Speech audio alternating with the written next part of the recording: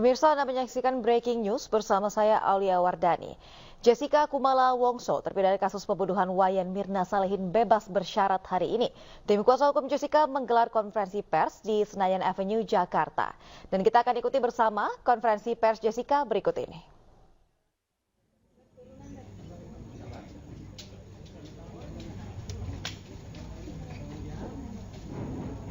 Telah hadir di Senayan Avenue karena memang konferensi pers dari Jessica Kumala Wongso ini dijadwalkan pada pukul 2 waktu Indonesia Barat. Dan saat ini pukul 2:37, Jessica Wongso sudah hadir bersama dengan kuasa hukumnya, ada Otto Hasibuan.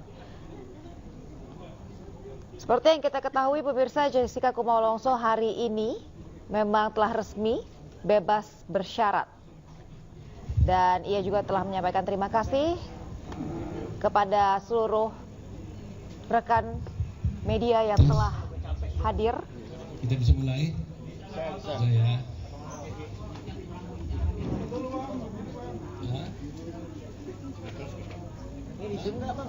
Foto, oke, silakan.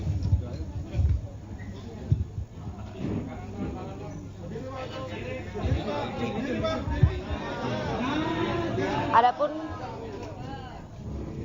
hari ini memang Jessica Kumala Wongso telah resmi menjadi orang yang bebas. Tapi karena ini pembebasan bersyarat, maka ada aturan-aturan yang nantinya diberikan oleh lapas kepada Jessica Kumala Wongso. Jessica harus menjalani wajib lapor pemirsa hingga tahun 2032. Dan selama menjalani pembebasan bersyarat ini, yang bersangkutan atau Jessica Kumala Wongso ini wajib lapor ke Balai Pemasyarakatan Kelas 1 Jakarta Timur Utara dan akan menjalani pembimbingan hingga 27 bulan 3 tahun 2032. Baik teman-teman wartawan yang saya hormati, hari ini adalah hari yang berbahagia buat kami, khususnya buat Jessica Wongso. Karena hari ini Tuhan memberikan kesempatan kepada Jessica untuk dapat bebas bersyarat dari lapas Pondok Bambu, yaitu hari ini tanggal 18 bulan 8 tahun 2024. Jadi persis Jessica sudah hampir 8 tahun lebih,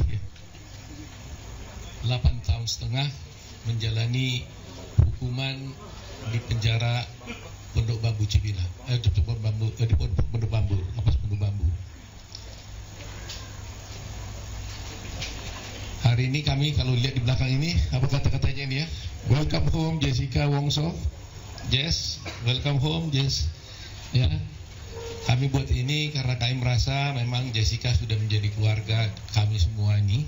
Di sini ada semua tim lawyer yang menangani kasus Jessica selama ini yang tetap setia. Mulai tahun 2016 sampai sekarang 2024, tak satu pun yang berubah. Semuanya kita tetap konsisten melakukan bantuan hukum kepada Jessica. Ada Firman Pangaribuan, Profesor Firman, ada Yakub Hasibuan, ada Dame Purba, ada Nurul Firdausi, ada Postam Hidayat, ada Eli Batubara, ada James Purba, ada Penny, ada James Pangaribuan, ada Arya, siapa lagi yang ada Doni, ada Feni, dan semua ada di belakang kami ini. Semuanya adalah tim-tim yang menangani Jessica ini. Jadi tentu teman-teman wartawan bertanya, kok tiba-tiba bisa keluar gitu ya? Padahal kemarin saya bicara tentang pengajuan PK. Ya terus terang aja, bulan yang lalu sampai ke 3 minggu lalu saya berniat dan sudah menyiapkan rencana untuk mengajukan peninjauan kembali. Dan saya banyak dihubungi oleh teman-teman wartawan tentang rencana PK tersebut. Sampai tadi malam pun, kemarin malam pun masih banyak bertanya untuk wawancara dengan saya tentang PK. Tapi jujur saya katakan memang saya sudah dengar-dengar sedikit rencana pengeluarannya Jessica ini dari tahanan. Sehingga saya berpikir saya harus menunggu dulu situasi yang tenang, dan akhirnya tiba-tiba mengejutkan sekali bahwa hari ini kami mendapat kabar bahwa dia dibebaskan. Ya, dengan demikian tentunya saya menunda PK-nya pada waktu itu sambil menyelesaikan pengurusan segala surat-surat yang berkaitan dengan keluarnya Jessica. Terus terang aja teman-teman, cukup pahit memang buat kami, bukan mudah ya. Bayangkan 8,5 tahun di sana, dan kami terus berkomunikasi selama 8 tahun ini, 8,5 tahun dengan Jessica. Jadi kita terus komunikasi, saya juga mengunjunginya secara konstan. Demikian juga ada Hidayah Bostam yang juga rajin sekali untuk datang ke sana, Ibu Eli dan sebagainya. Terus kita berdiskusi terus bagaimana melihat keadaan Jessica di sana. Dan saya harus katakan memang di lapas dia diperlakukan baik sama dengan tahanan-tahanan yang lain ya. Nanti mungkin Jessica bisa bercerita kalau Anda mau tanya ya. Tetapi yang paling pasti adalah bahwa tadi juga saya lihat ada banyak penggemar Jessica, sahabat Jessica ya. Tadi dari pagi katanya udah ada di sini, ya, ada di sini semua ya. Pakai tulisan, pakai stand for Jessica, justice for Jessica, macam-macam ya. Tadi juga banyak telepon dan sebagainya. Nah, Jess, saya cerita dulu sama kamu waktu di lapas, kamu kan nggak bisa lihat bahwa apa itu cerita itu, karena dia nggak bisa lihat kan, dia nggak bisa baca apa yang terjadi di luar. Nah, inilah salah satu beberapa teman yang betul-betul mendukung kamu selama di luar. Ini juga dia di Western for Jessica Mas ini ya, ditulis ya. Jadi ada foto semuanya nih ya. Jadi terima kasih ya, saya atas nama Jessica juga sama keluarga mengucapkan terima kasih. Karena dukungan kalian itu sangat berarti sekali buat kami selama ini dalam berjuang ya. Buat Jessica juga banyak dia terbantu secara moral ya. Karena selama ini kita melihat kan banyak kontra kan terhadap Jessica selama ini. Apalagi yang dikatakan baru juga tadi ada yang bertanya pada dia, baru hari ini saya lihat Jessica tidak pakai baju putih katanya. Terus dia jawab tadi, oh iya, bukan suka baju putih. Ternyata itu karena waktu di persidangan diwajibkan untuk pakai baju putih selama bersidang sebagai terdakwa. Sejak hari ini kita lihat Jessica tidak pakai baju putih karena dia bukan terdakwa lagi sekarang. Ya. Nah, itulah mungkin yang ingin saya sampaikan kepada teman-teman semua. Saya lebih memilih untuk berdiskusi dengan teman-teman, tanya jawab supaya bisa berkembang apa yang harus saya sampaikan. Terima kasih, saya silakan. Jessica.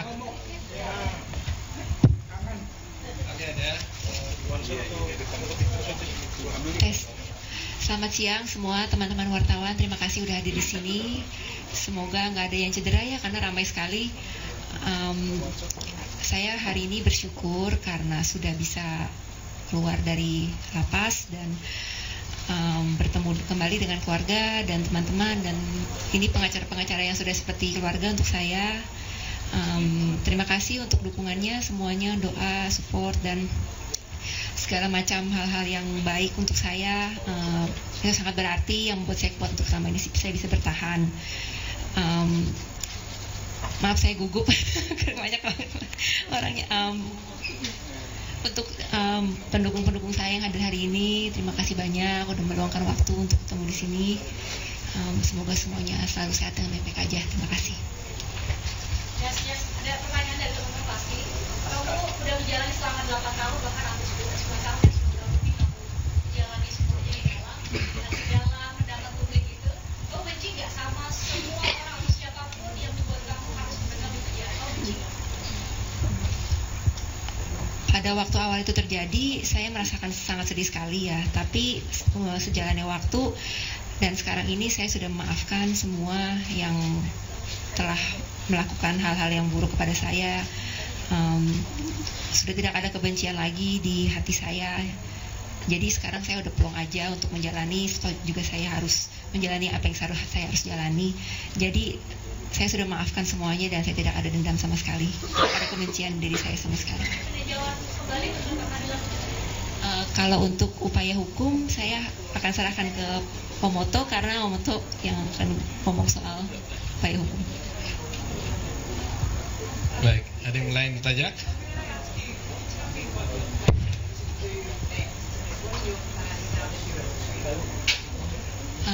I still have no idea what to do at the moment because I just got released from prison and I have no plan yet.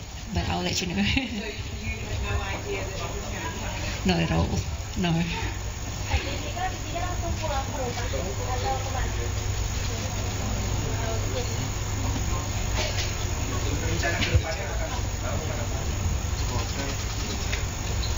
Seperti yang tadi saya bilang ya, saya masih ngeblank, nggak tahu mau ngapain. Jadi untuk kemananya abis ini saya masih belum bisa jawab. Nanti saya akan rundingkan lagi dengan orang di sekitar saya. Ya, makasih.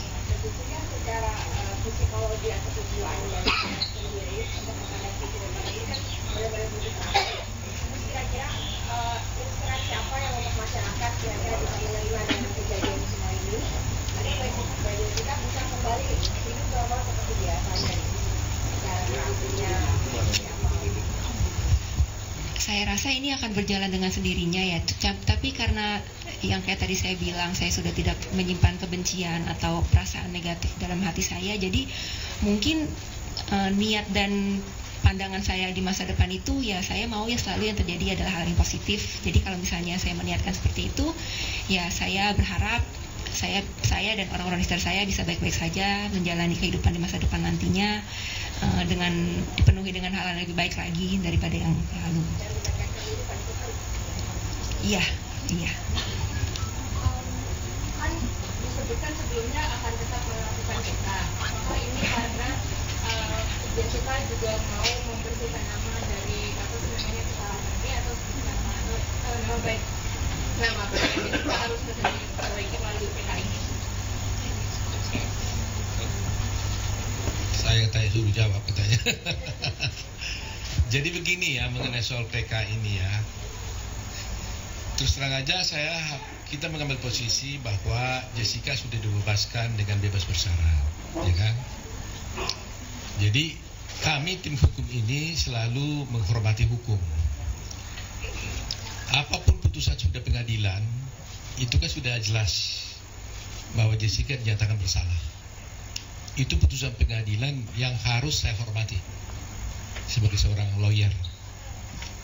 Soal kami tidak terima atau putusan itu atau tidak, itu soal lain.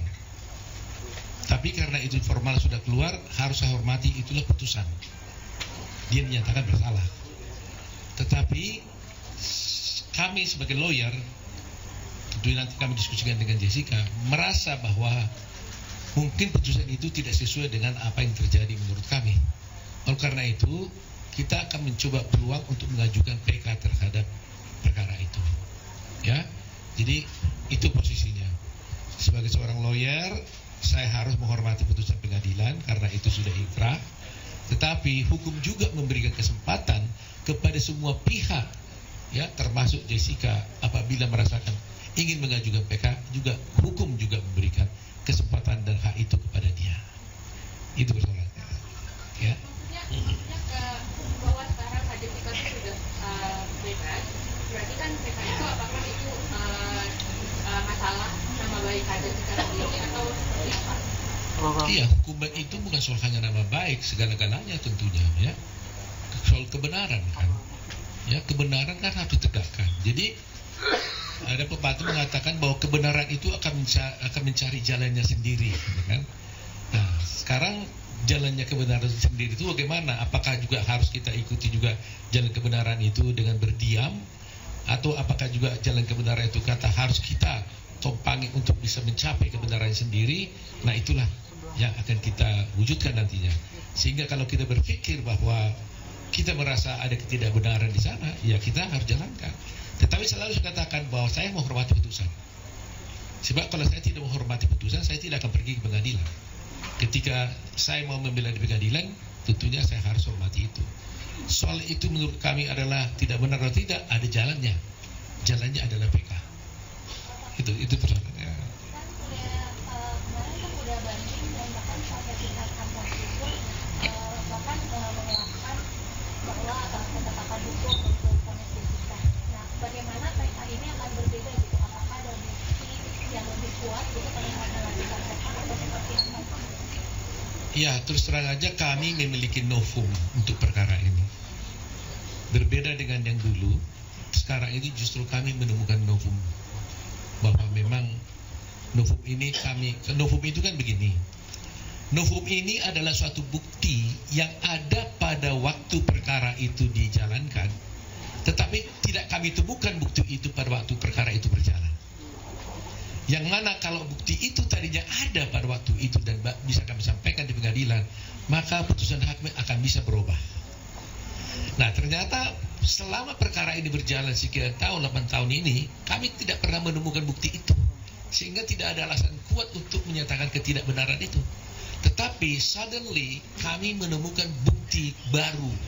Yang mana bukti itu sebenarnya ada pada waktu itu, tapi disimpan oleh seseorang, disembunyikan oleh seseorang, sehingga terhilang bukti itu, sehingga putusan itu memberatkan dia. Kalau ada bukti itu tadinya, maka dengan bukti itu kita bisa buktikan bahwa sebenarnya perkara itu harus berkata lain. Nah, itulah yang ingin sampaikan. Soal hasil tentunya hakim yang menentukan.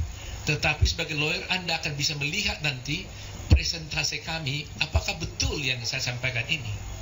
Karena kadang-kadang kan hasil pengadilan dengan fakta di persidangan kan kadang bisa beda. Ya kan? Ada yang mengatakan ini harus bebas, tapi nyatanya dihukum. Ada yang mengatakan ini seharusnya dihukum, ternyata bebas. Nah, tetapi saya berharap bahwa kadang-kadang putusan hakim ini tidak selamanya menjadi berakibat buruk kepada seseorang. Ada kalanya orang dihukum tapi tetap dipercaya oleh masyarakat. Karena masyarakat mengatakan dengan bukti-bukti dan fakta-fakta yang kita tampilkan di persidangan, dan beruntung kita sekarang sudah ada live di TV, semua bisa menonton apa yang terjadi di persidangan, maka bisa saja dikatakan, wah berdasarkan ini sebenarnya ini harus bebas, tapi putusannya menghukum. Bisa terjadi karena itu keadilan yang ditentukan oleh hakim. Nah, paling tidak kami akan berupaya membuktikan kepada masyarakat bahwa bukti ini ada jelas disembunyikan pada waktu itu, dan kalau kami tunjukkan itu, orang akan tahu, oh berarti benar-benar seharusnya dia harus tidak dihukum, kira-kira begitu. Nah, bagi saya itu sudah lebih dari cukup. Jadi buktinya sudah dipegang sama Pak. Sudah. Ini Nah, dulu. Sampai 2032, rencananya selain wajib lapor akan melakukan apa aja kegiatannya? Kalau saya berbincang-bincang di Jessica tadi di mobil saya dengan dia sendiri sampai tadi itu blank aja. Dia blank, dia bilang, Om di mana sekarang saya ini? Karena dia sendiri pun sebenarnya surprise juga. Tiba-tiba bebas ini juga dia surprise juga dia. Ya, jadi ya bayangin aja, ini baru keluar dari tadi langsung ke situ wawancara. Bingung dia nih, lihat pohon pun nggak sempat. Baru saya ajak tadi dia makan karena ada masakan kesukaan dia. Saya tanya waktu tadi malam kemarin, seandainya kau keluar apa yang kau inginkan, katanya sama dia. Dia bilang saya mau makan, katanya. Makan apa? Makan sushi, katanya. Saya sedih juga dengarnya. Itu aja nih, minta yang lain. Dulu saya waktu sekali saya pengen makan sushi, di sini nggak ada sushi. Jadi ya saya bilang oke. Karena itu saya bawa dia ke restoran Takumi ini, saya ajak makan sushi. Itu aja permintaan dia, nggak ada yang lain. Jadi saya tanya, kamu rencanamu apa? Saya nggak tahu, Om, katanya. Blank, katanya. Jadi habis ini juga nanti mungkin saya harus dia dulu istirahat dulu, berpikir-pikir 1-2 hari ini baru dia pikir apa yang harus dilakukannya. Dia bingung sekali. Nah, kalau kalian mungkin ingin lebih tahu, saya ingin bercerita ya, pengalaman saya dengan Jessica ini cukup panjang memang. Ya, up and down hubungan saya dengan dia ini. Dia kan kita bisa datang waktu dia sedih, suasananya pasti sedih juga. Kita juga waktu datang ke sana bisa juga waktu itu dia gembira, suasananya kan gembira. Tapi ketika dia tanya kapan saya bebas, itulah satu hal yang tidak bisa saya jawab. Air mata kadang-kadang mau menetek juga tuh, jatuh. Tapi saya tahan gitu. Tapi beruntungnya saya dengan dia ini, kalau saya dilihatnya sedikit agak tegang untuk memberikan dia hibur saya. Dia bilang, "Om, jangan pusing Om, jangan begitu dong. Nanti kalau Om tegang, siapa yang bela saya?" katanya. Jadi sometimes kita saling backup lah gitu ya. Jadi itu sebabnya kami tidak pernah berputus asa untuk membela dia ini, karena dia cukup pengertian juga gitu ya. Walaupun kadang-kadang dia merasa, "Gimana Om?" Nah gitu kan. Ya kita kan susah jawabnya gitu. Makanya waktu kemarin itu ada Kak Vina saja, saya merasa guilty feeling. Saya nggak bisa ada orang datang dari kasus Vina ke saya minta tolong, kan itu nggak bisa saya tolak. Tapi kalau saya langsung terjun langsung menangani itu, saya merasa Jessica pasti marah ke saya. Kok itu diurusnya saya punya belum selesai? Gitu nggak, Beth? Kamu ada perasaan gitu ya? Nah, lihat nih coba, betul kan? Ngaku dia udah. Saya ngerasa itu sebabnya teman-teman wartawan seringkali kan minta saya wawancara kan, mungkin 2 minggu ini masa kesal ke saya kan. 3 minggu ini banyak wartawan kontak saya minta wawancara tentang kasus Vina. Semuanya boleh katakan hampir tidak saya ikuti. Terus terang aja saya jujur hari ini, buka dosa nih, buka kartu saya nih. Saya nggak enak kepada Jessica. Itu aja. Tapi saya tidak tinggalkan kasus itu karena ada tim saya 150 orang yang bantu itu. Ada Jute, ada Rui dan sebagainya. Begitu saya merasa tanggung jawab saya terhadap Jessica ini. Nah, kalau sudah sekarang mungkin sudah mulai agak sedikit tenang. Anda sendiri tahu bakal bebas hari ini, dikasih tahunya kapan dan Raja sendiri gimana Pak? Terus terang aja kita juga nggak tahu kepastian, cuma memang kita dengar-dengar gitu kan. Tapi kan kita nggak pernah melakukan hal-hal upaya-upaya untuk dibebaskan itu. Jadi sebenarnya lapas yang bisa menceritakan yang sebenarnya ya.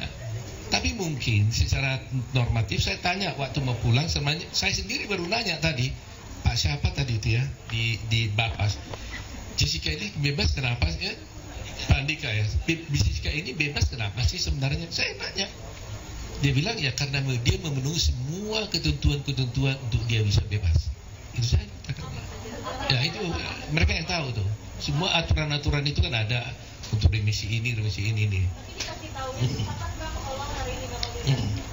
Saya berapa hari yang lalu dengar-dengar iya, tapi mereka bilang selama belum ada keputusan resmi, mereka juga tidak memastikan betul keluar atau tidak. Ya kan? Cuma diberitahukan tadi malam, mereka mengatakan sudah ada itunya keputusannya. Makanya langsung saya beritahu malam hari ya. Dan yang mereka kaji sendiri malam tadi juga kan? Baru malam.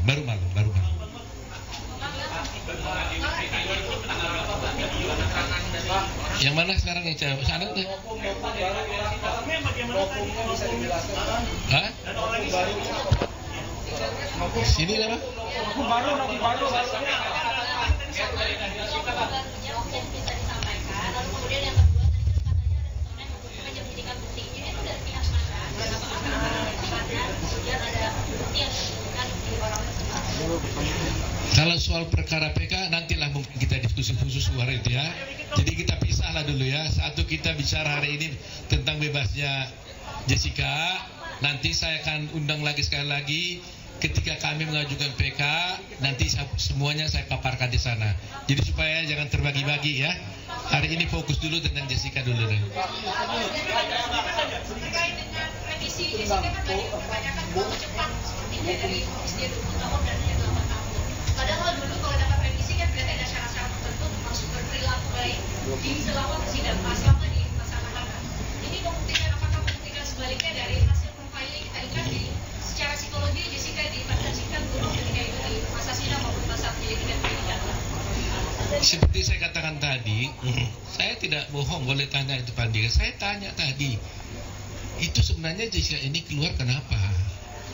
Dia bilang semua aturan-aturan yang ada di dalam persyaratan itu semua dia penuhi. Terus terang saya nggak ngerti mana detailnya. Secara umum sebagai lawyer kan saya tahu pasti harus berkelakuan baik, ya kan? Nah sehingga kalau tadi Christine ditanya, ya benar juga ya. selama ini kan diperlihatkan di dalam persidangan seakan-akan Jessica ini kan berperlakuan buruk macam-macam.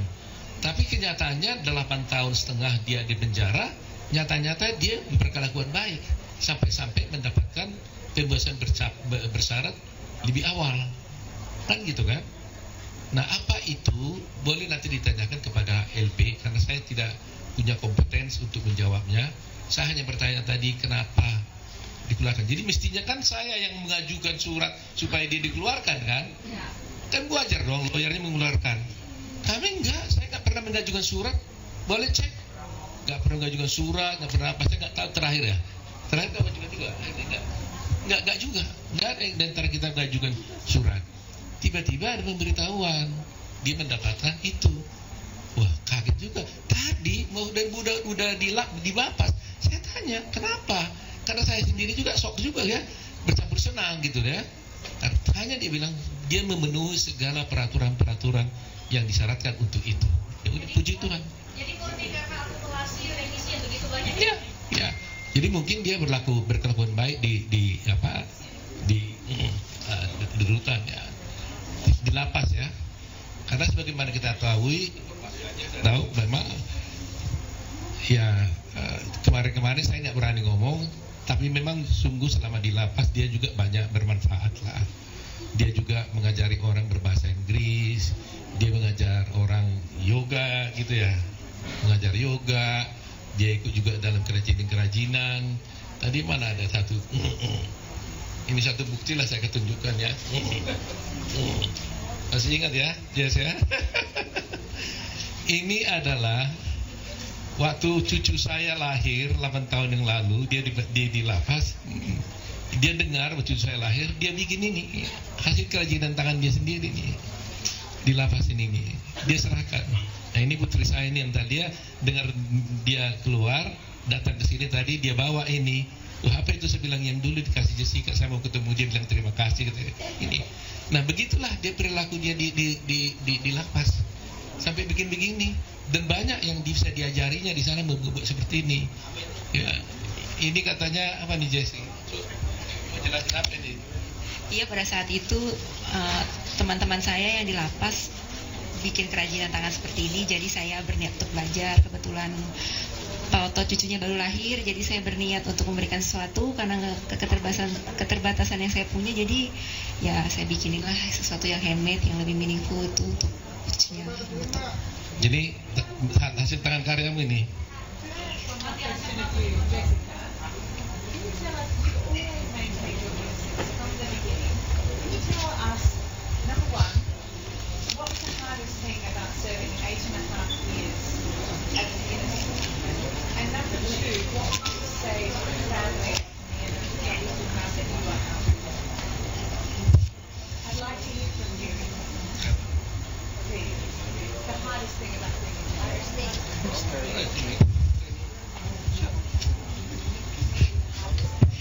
So Jessica, would you prefer it in Indonesian? No, it's fine. It's fine? Okay, so I'm interested, you've always maintained your innocence. What was the hardest thing for you about being in jail for 8.5 years? And the second question is, what would you say now to the family of Mirna Salihin? Thank you for the question. Well, I think the hardest thing would be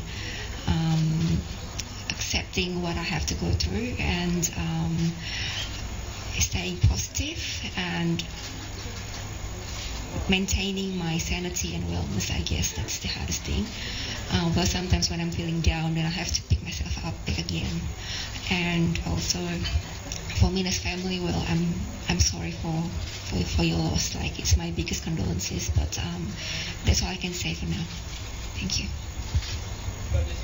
Ini kan Mbak Jessica sudah keluar dari penjara meskipun kasusnya bebas bersyarat. Apakah sejauh ini Mbak Jessica mengakui perbuatan itu selanjutnya sampai pengadilan, atau bahkan sampai sejauh ini Mbak Jessica membantah dalam kasus itu? Dan terakhir mungkin yang kedua, apakah nantinya Mbak Jessica akan nyamperin langsung gitu ke keluarga lawyer juga atau seperti apa, dan akan menyampaikan seperti apa atau Untuk apa yang saya rasakan yang saya yakini itu ya ada biar itu berada tetap di dalam diri saya sendiri aja. Cuman kalau misalnya keputusan pengadilan itu mengatakan hal yang dikatakan oleh pengadilan, keputusan pengadilan itu tetap harus saya hargai dan saya hormati. Untuk kalau kelanjutan bagaimana nanti proses hukumnya, ya saya serahkan semuanya ke pengacara aja. Pak, apakah akan mengakhiri atau menyambangi gitu keluarga dari almarhum YSF saya untuk nanti malam aja saya belum tahu saya mau ngapain. Jadi saya belum tahu ke depannya saya harus ngapain dan harus apakah saya akan lakukan itu atau tidak. Saya belum gimana ya, belum terpikir karena saya masih baru keluar gitu, masih ngelihat jalanan, mau melihat yang di luar tuh sana itu ada apa dulu gitu. Biar saya healing dulu sejenak, baru saya berpikir apa langkah berikutnya. Tapi kamu tangan kopi nggak ada? Pak Jessica kan tadi katanya berusaha untuk stay positif, caranya apa tuh Pak selama di dalam penjara buat menjaga sanity? Kalau itu perjalanan yang panjang ya, dan itu bukan sesuatu yang dibangun dalam satu malam aja. Mungkin karena saya harus belajar untuk menerima apa yang terjadi di hidup saya lama-lama itu, walaupun saya awalnya punya perasaan yang sedih atau segala macam yang negatif, tapi saya berpikir kalau saya tetap berlarut-larut merasakan perasaan seperti itu, toh juga saya harus menjalani apa yang saya harus jalani. Jadi lebih baik saya memilih yang lebih positif aja. Saya berpikir seperti itu aja. Dan hari ini kan jadi hari yang paling dinanti buat Pak Jessica ya, selama di penjara. Harapannya, doanya buat hari ini itu gimana Pak? Harapan doa saya untuk hari ini, hari yang sangat bahagia ini, saya bersyukur karena saya berkelakuan baik di lapas, jadi saya bisa mendapatkan hak integrasi saya untuk mendapatkan pembebasan bersyarat. Doa dan harapannya ya semoga semuanya tertib dan baik-baik saja, dan saya bersyukur sekali dan berterima kasih atas supportnya yang sudah datang ke sini, meluangkan waktu untuk menemui saya. Terima kasih. Pak Jessica berkelakuan baik karena inisiatif diri sendiri atau gimana? Emang Kakak tuh orangnya suka bergaul atau gimana juga? Belajar yoga, Kalau berkelakuan baik itu kan notabene karena di lapas itu banyak peraturan ya. Jadi kalau saya tidak melanggar peraturan itu udah nilai baik. Tapi kalau saya berbuat lebih untuk membantu atau menolong orang lain itu lebih baik lagi. Tapi mungkin karena saya itu secara natural terjadi aja sih kalau menurut saya. Kalau misalnya nggak boleh berbuat seperti ini ya saya tidak berbuat gitu. Iya.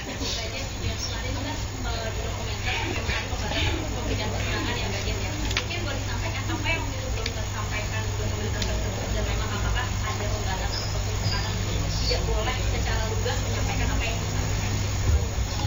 Maaf, untuk hal itu Mbak bisa tanyakan ke pihak Dirjen Pas sendiri ya, karena saya tidak berkepentingan untuk menjawab itu. Ya kalau itu banyak ya, cuman mungkin gak hari ini, lain kali kita kumpul lagi. Apakah memang ada ini dari apa sih Dirjen Pas tidak boleh komentar terhadap hal-hal yang khususnya media?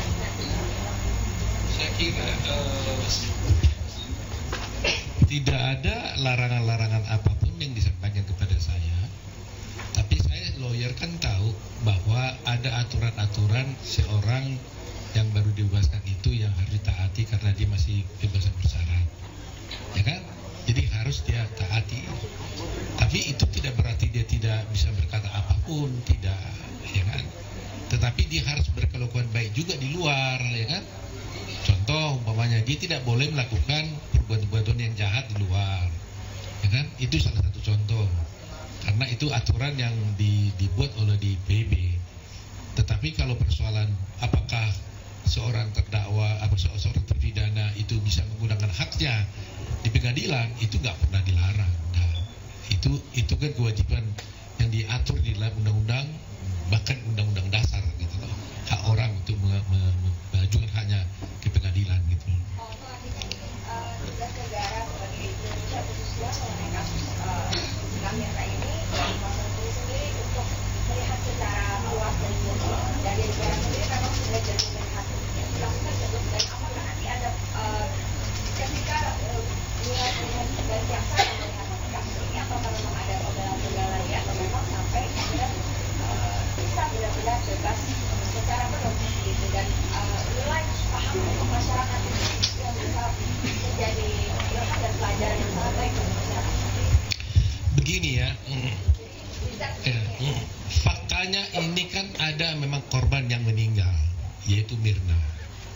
ya kan? Jadi bagaimanapun saya harus juga punya perasaan. Ada orang yang seorang Mirna telah meninggal dan punya ayah dan punya keluarga. Di satu pihak ada seorang bernama Jessica Wongso dituduh melakukan pembunuhan. Yang sana mengatakan meyakini mungkin Jessica yang melakukan. Jessica mengatakan sebenarnya dia tidak. Tapi putusan hakim mengatakan dia bersalah. Tapi masih ada hak juga untuk mengajukan PK untuk tidak mengatakan itu.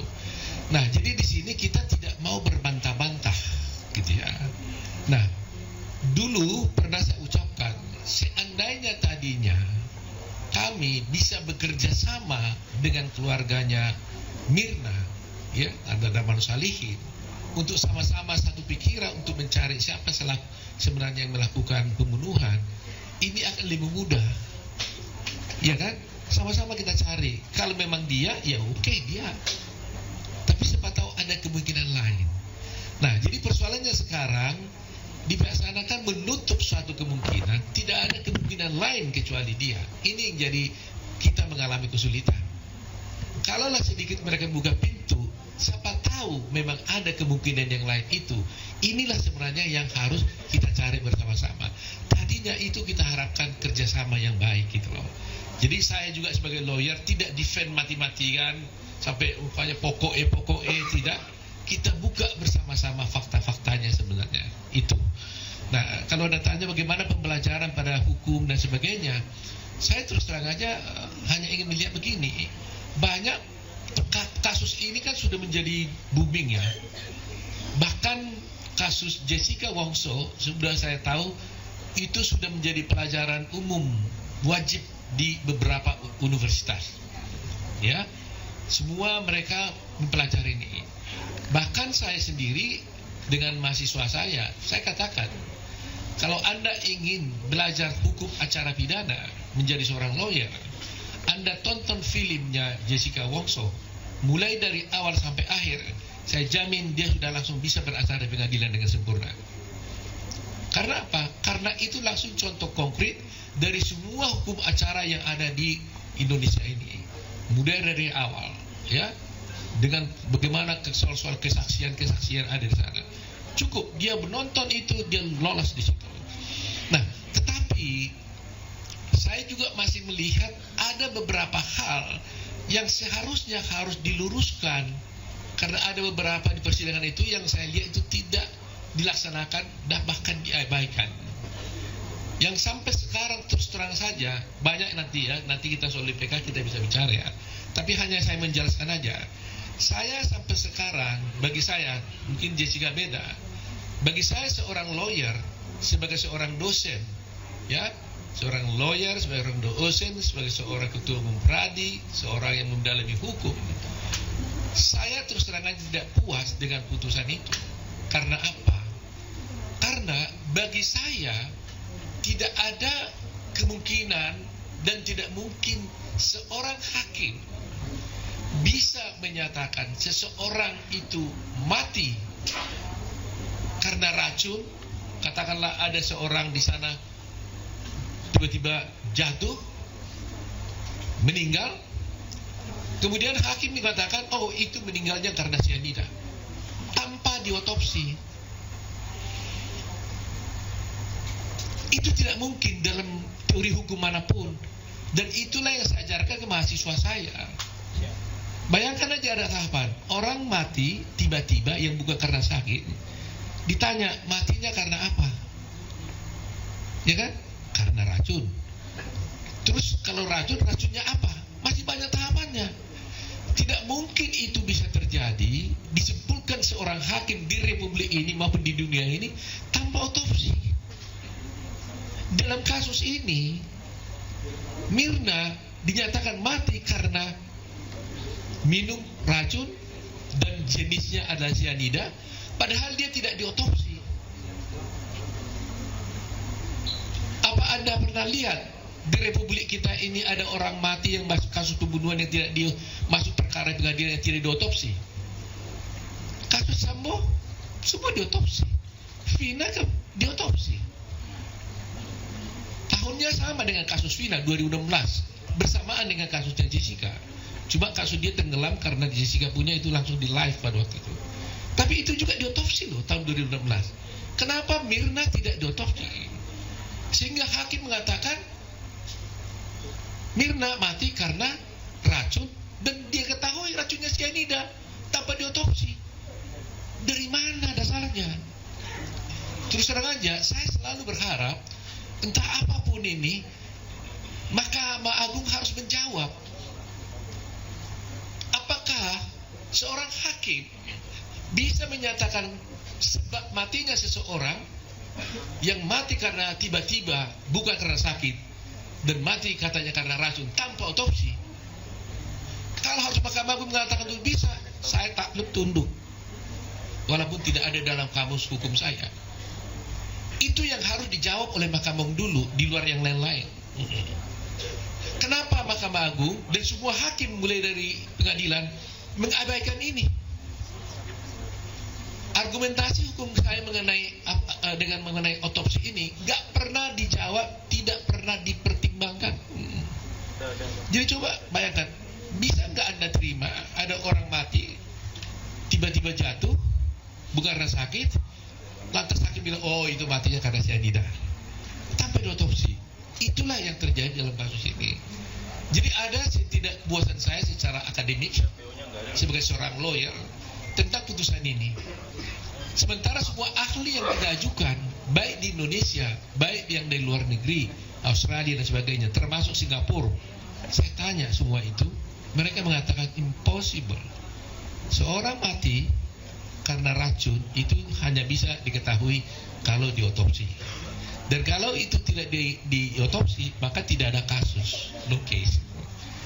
Itulah kira-kira yang menjawab pertanyaan tadi itu ya.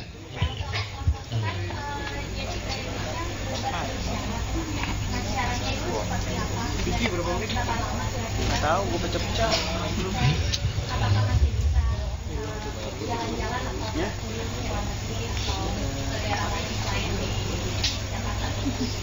Saya nggak tahu persis soal itu tadi, karena saya juga tadi nggak jelaskan. Mungkin Anda bisa tanya kepada lapas aja kali, apa syarat-syaratnya ya.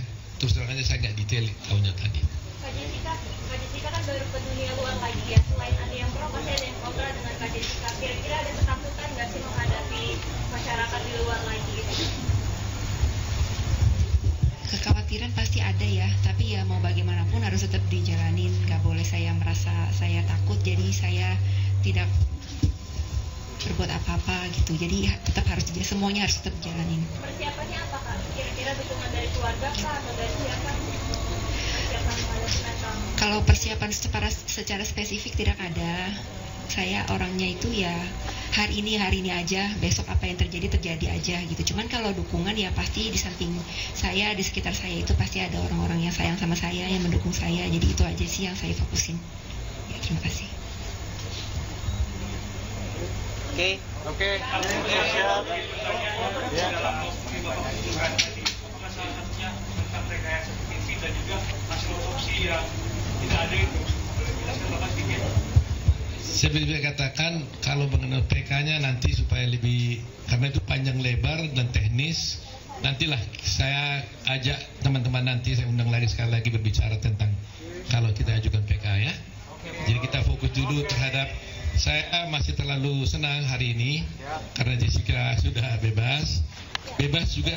Jessica sekarang juga masih bingung, nggak tahu apa yang dikerjakannya.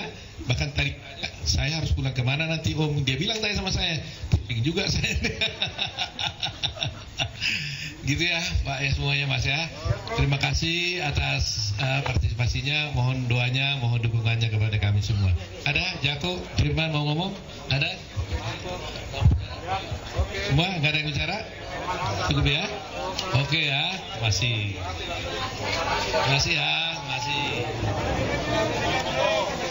Foto dulu Pak. Selfie Pak, selfie. Ya pemirsa, baru saja kita menyaksikan konferensi pers dari kuasa hukum Jessica Kumala Wongso, yaitu Oto Hasibuan beserta tim, yang tadi sudah menjelaskan terkait dengan bebas bersyaratnya Jessica Wongso pada hari ini. Dan baru saja selesai, Jessica Wongso terlihat sudah berdiri bersama kuasa hukumnya untuk segera meninggalkan Senayan Avenue. Dan tadi pemirsa terdapat juga beberapa fakta yang telah disampaikan oleh Otto Hasibuan, di mana ternyata Jessica dan juga tim kuasa hukumnya ini sedikit terkejut dengan pembebasan bersyarat yang diberikan kepada Jessica hari ini, karena sebelumnya Otto Hasibuan juga mengaku memang mendengar bahwa Jessica ini akan diberikan bebas bersyarat namun tidak secara resmi, dan baru tadi malam pernyataan resmi itu diberikan dan Jessica saat ini sudah bebas. Dan pemirsa, ini kita lihat bersama, ini ada beberapa penggemar dan pendukung Jessica Wongso. Jika kita mengetahui kasus yang sudah bergulir dari tahun 2016 ini ya pemirsa, memang sudah cukup banyak menyita perhatian publik, dan saat ini dengan bebasnya Jessica Wongso cukup banyak pendukung, penggemar, apalagi dengan beradanya film yang mendokumentasikan bagaimana kasus ini berlangsung, sehingga perhatian publik semakin banyak kepada Jessica Wongso. Dan saat ini Jessica Wongso masih terlihat sedikit bingung, dan ia juga mengakui bahwa dirinya memang sedikit bingung dan belum tahu apa langkah selanjutnya yang akan ia lakukan setelah meninggalkan konferensi pers ini. Jessica Kumala Wongso juga menolak menjawab beberapa pertanyaan hukum karena dirinya memang mengatakan saat ini ingin fokus untuk healing dulu atau untuk melihat dunia dulu sebelum akhirnya ia melakukan upaya hukum atau upaya lanjutan. Dan ada satu fakta menarik tadi pemirsa, Jessica Wongso mengaku ia tidak merasa dendam ataupun ada kebencian terhadap pihak-pihak yang memperlakukan dirinya secara buruk. Inilah Jessica Kumala Wongso yang sudah ditahan selama 8,5 tahun pemirsa. Dan akhirnya pada hari ini ia dinyatakan bebas secara bersyarat setelah 8,5 tahun mendekam di penjara. Dan pemirsa, saat ini awak media juga telah meninggalkan Senayan Avenue, lokasi di mana tadi telah berlangsung konferensi pers Jessica Kumala Wongso.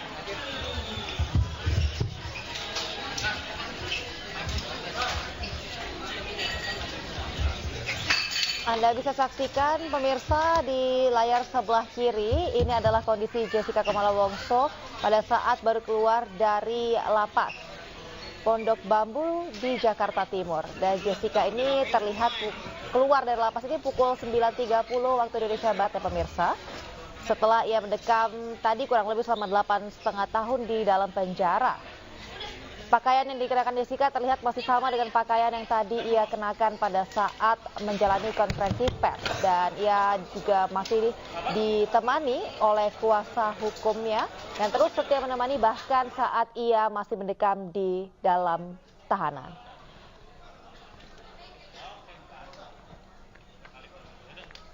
Setelah dari lapas pemirsa, Jessica ini menuju ke Balai Pemasyarakatan karena di sini ada beberapa berkas-berkas dan juga dokumen terkait dengan pembebasan bersyaratnya yang harus dilengkapi.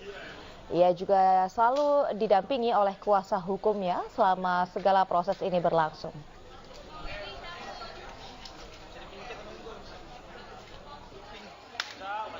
Ya, pemirsa, ini adalah rombongan pengikut Jessica pada saat pagi tadi di mana ia pertama kali dinyatakan bebas. Setelah dinyatakan bebas bersyarat, pemirsa, Jessica Kumala Wongso ini harus menyelesaikan persyaratan administrasinya. Karena Jessica terdaftar sebagai klien Bapas Jakarta Timur dan Utara. Usai dinyatakan bebas bersyarat dan keluar dari lapas Pondok Bambu Jakarta Timur, awak media ini telah menunggu Jessica tadi pagi di Balai Pemasyarakatan Jakarta karena ia memang terjadwal akan hadir untuk menyelesaikan persyaratan administrasi terkait dengan pembebasan bersyaratnya yang diberikan hari ini. Jadi usai keluar dari lapas Pondok Bambu, Jessica ini langsung menuju ke Kejaksaan dan Balai Pemasyarakatan kelas 1 di Jakarta Timur Utara, Cipinang, Muara, Jakarta Timur. Dan ia melengkapi persyaratan pembebasan bersyarat hari ini. Usai sejumlah dokumen dilengkapi, persyaratan Jessica sudah lengkap dan yang bersangkutan atau Jessica Kumala Wongso ini akan melaksanakan proses pembinaan integrasi pembimbingan oleh Bapas sampai batas waktu yang ditetapkan, yaitu tahun 2032.